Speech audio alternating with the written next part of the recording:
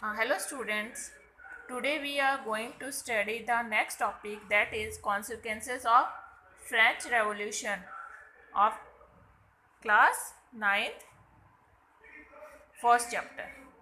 Consequences का मतलब क्या होता है? Results of French revolution. जो फ्रांस में जो रेवोल्यूशन हुई उसके क्या क्या रिजल्ट्स आए. So what were the changes, results of consequences of French revolution? There were changes in the position of state. Second, impacts on the people of the world. जो world के peoples थे पूरे world पे उस पर असर हुआ. Origin of democratic right. जो हम लोग फ्रीडम इंजॉय कर रहे हैं, फ्रीडम ऑफ स्पीच, लिबर्टी, ये सब हमें कहाँ से मिली है? फ्रेंच रेवोल्यूशन के कारण. The end of slavery. जो स्लेवरी सिस्टम प्रेजेंट था वो भी एंड हो गया. Improvement in the lifes of women. French revolution के बाद में ही जो वुमेन्स की लाइफ थी फ्रांस में उसमें इम्प्रूवमेंट हुआ. There were also changes in everyday life of people in France. इसके अलावा जो रोज़मर्रा की ज़िंदगी थी फ्रांस में उसमें भी चेंज हुए. तो अभी इन सब चेंजेस को हम वन बाय वन स्टडी करते हैं. तो फर्स्ट क्या था? Changes in position of states. How there were changes in the position of states. So before French Revolution, France was divided into how many states? 3 states. जैसे तुम लोगों को पहले भी बताया गया, फ्रांस रेवोल्यूशन से पहले कितने स्टेट्स थे? 3 states. And in this 3 states the powers they were in the hand of first and second state. Power किसके हाथ में थी? फर्स्ट एंड सेकंड स्टेट के पीपल के पास. And in the third state there were peasants, labours, officers and lawyers, and they suffered a lot. तो कौन सी क्लास सफर करती है? Third state. But after French revolution, French revolution के बाद में क्या होता है? The powers which was in the hand of first and second state ended. जो पावर था फर्स्ट और सेकेंड स्टेट के पास वो एंड हो गए. इनको जितनी भी प्रिविलेजेस, सुविधा दी गई थी, दैट वाज आल्सो एंडेड. इसके स्थान पे क्या हो गया? The power came in the hand of third state. तो क्या हो गया? जो power first and second class enjoy कर रही थी वो फ्रेंच रेवोल्यूशन के बाद में पावर किसके पास में आ जाती है? Third state. तो ये there was change in the position of states. और सेकंड क्या हो जाता है? Impact on the people of the world. Impact किसके ऊपर? People of world. केवल फ्रेंच रेवोल्यूशन होती है, उसका असर केवल फ्रांस में नहीं होता बल्कि पूरे वर्ल्ड में होता है. कैसे? क्योंकि जो आइडियाज है liberty, which ideas? Liberty and democratic right.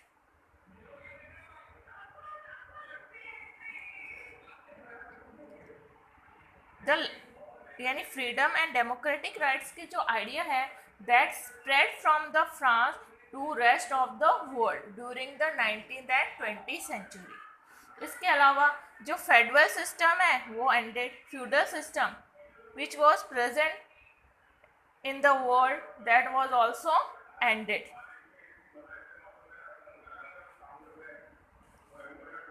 जो कॉलोनियल कंट्रीज थी, बहुत से ऐसे पावरफुल थे जिन्होंने दूसरे देशों में अपनी कॉलोनीज जमा रखी थी. जैसे ब्रिटिश ने इंडिया में अपनी कॉलोनीज बना रखी थी, फ्रांस ने अफ्रीका में अपनी कॉलोनीज बना रखी थी.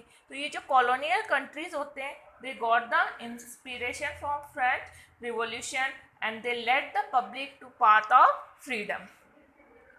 तो path of freedom.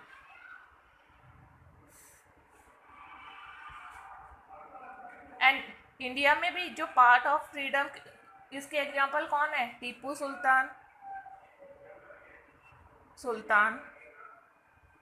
And Raja Ram Mohan राय.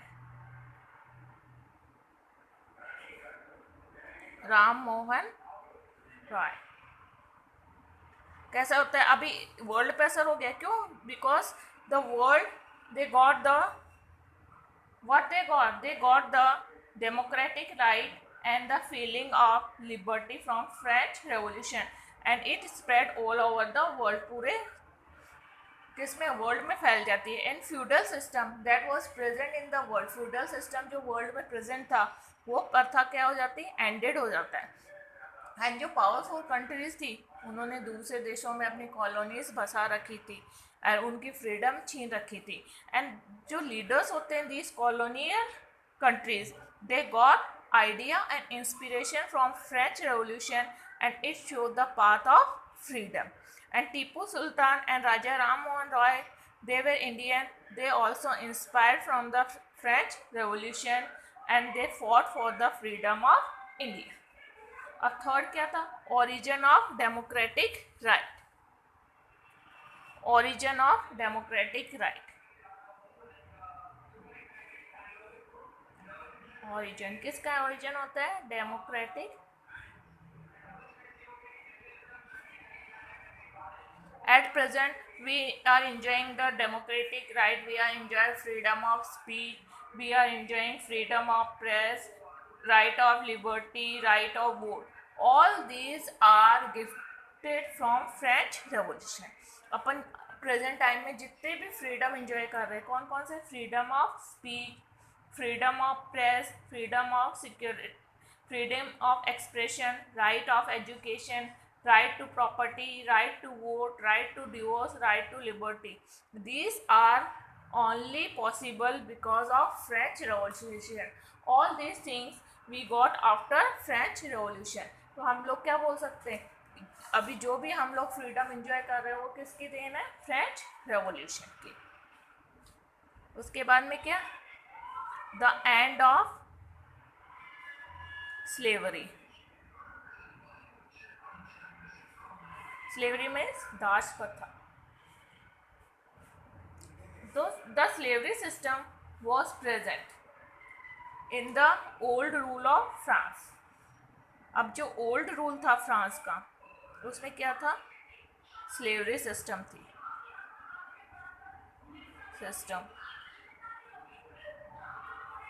अभी ये जो स्लेवरी सिस्टम प्रेजेंट थी उस समय किसी ने इसका विरोध नहीं किया। Why, because the powers were in the hand of first state and second state people and they were the owners of the plantation and they needed slaves for their prosperity, so they did not oppose the slavery system and slavery system was present in old France. अब उसके बाद में कौन आता है, national assembly, national assembly. अब national assembly आती है तब भी इसका अबॉलिशमेंट नहीं होता है, तब भी उसमें क्या हो जाती है, केवल डिबेट चालू हो जाती है कि अभी जो है क्या स्लेवरी सिस्टम है, that is not good, that should be ended. There were only discussion but the slavery system was not ended in the National Assembly. And why slavery system was not ended in National Assembly, क्यों नहीं end होती, because in National Assembly, the power was in the hand of the third state peoples, but the power was in the hand of only rich or prosperous persons, and they were also the owner of the plantation. They also needed slaves. That's why they did not ban or they did not abolish the slavery system. And after National Assembly, there was new institution and the name of that institution was convention. क्या नाम होता है उसका, convention. And it was ended or abolished. ये कब and हो जाती है, in the convention system, in the Jacobin rule. Why? Because in convention institution the power was in the hand of the lower class peoples of the third states and they did not want slavery system. That's why the slavery system was abolished during the Jacobin rule. And after that, during the time of the Napoleon. Whose time? Napoleon. Slavery system was again reintroduced.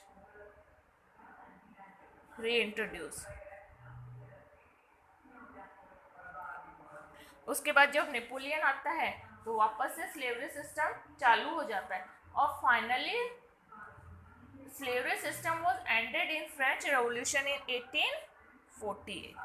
वो finally कब and होती है? 1848। जो slavery system present होती है France में, क्यों present होती है फ्रांस में? क्योंकि उस समय क्या होता है, there was need of the articles. कौन कौन से आर्टिकल्स की नीड होती है? टैबेको, इंडिगो,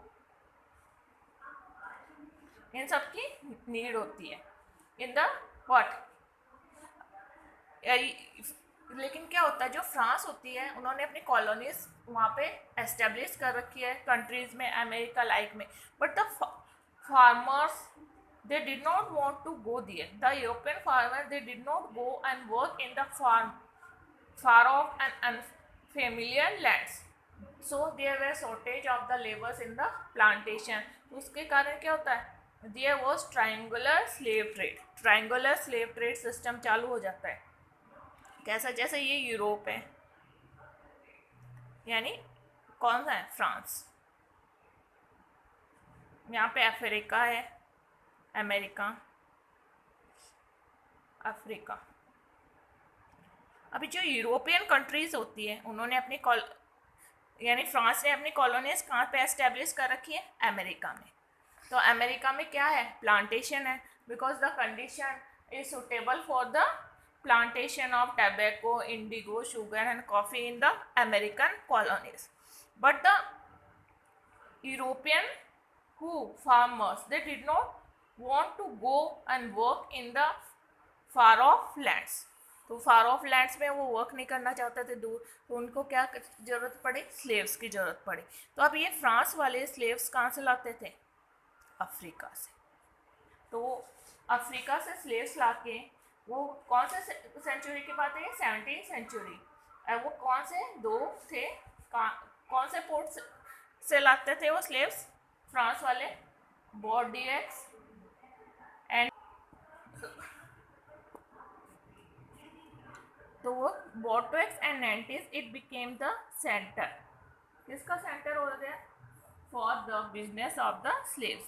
अफ्रीका से ये लोग यहाँ पे स्लेव्स लाते थे, यहाँ पे स्लेव्स परचेस होते थे और वो कहाँ से जाते थे? कहाँ पे चले जाते थे? अमेरिका। तो इस तरह ट्रायंगुलर स्लेव सिस्टम चालू हो गया।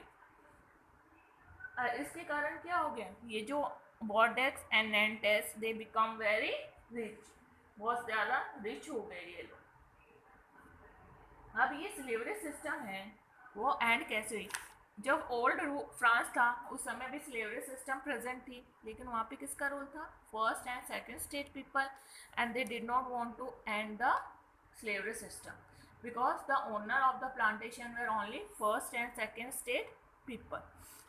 And after that, there was, after old rule of France, there was National Assembly, and the debate about the abolishment of the slavery system was started in the National Assembly, but it was also not as abolished in the National Assembly. After National Assembly, there was formation of convention, that was Jacobin rule, and the slavery system was abolished during the convention. Then during the rule of Napoleon, the slavery system was reintroduced and it was finally ended in the year 1848. So in France colonies, the slavery system was ended in the year 1848. So what you have to do? You have to write down the consequences of the French Revolution. You have to learn and the write what were the results of French Revolution.